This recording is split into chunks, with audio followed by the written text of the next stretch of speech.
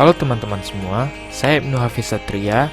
Hari ini kita akan membahas tentang arus listrik. Apakah teman-teman tahu kalau selama ini kita menggunakan dua jenis listrik setiap harinya? Listrik bolak-balik atau alternating current, yaitu arus listrik yang masuk ke rumah kita dari perusahaan listrik negara. Listrik arus searah atau direct current adalah listrik yang kita gunakan pada handphone kita ataupun remote TV sebagai contoh. Nah, kalau teman-teman pernah memperhatikan charger handphone, sebenarnya di sana terdapat dua arus listrik sekaligus, karena adapter pada charger tersebut mengubah listrik AC ke DC.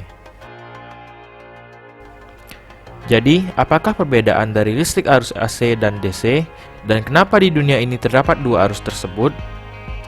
Tentu saja ini bukan bermaksud sengaja dibuat untuk membuat hal semakin sulit, tapi ada alasan yang sangat menarik. Marilah kita mulai dengan listrik arus DC karena ini cukup mudah. Dengan listrik arus DC, power supply atau catu daya mengalirkan tegangan yang konstan. Sebagai contoh, kabel USB mengeluarkan tegangan stabil 5 volt. Arus hanya mengalir satu arah dari negatif ke positif, walaupun besar arusnya bisa diubah tergantung seberapa cepat kita ingin USB device tersebut tercharge. Sekarang kita bahas tentang arus listrik AC.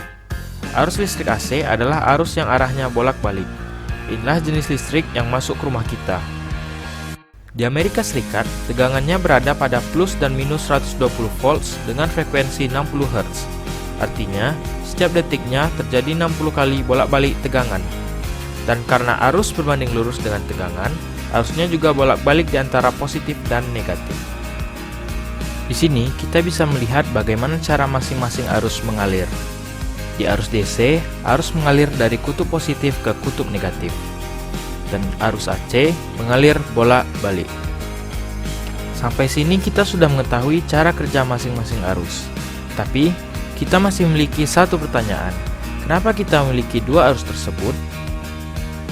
Secara simpel, kita menggunakan arus AC karena arus ini dengan mudah dinaikkan atau diturunkan tegangannya dengan transformator sederhana.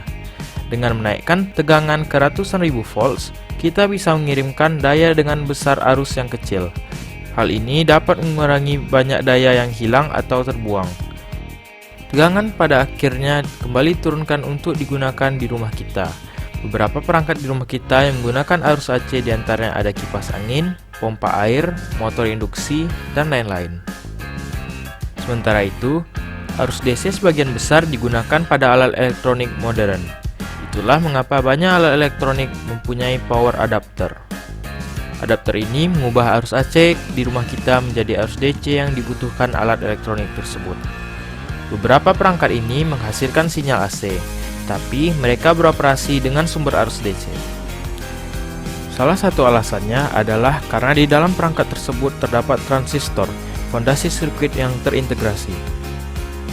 Itulah mengapa baterai dibuat untuk mengeluarkan daya DC yang cocok untuk banyak perangkat.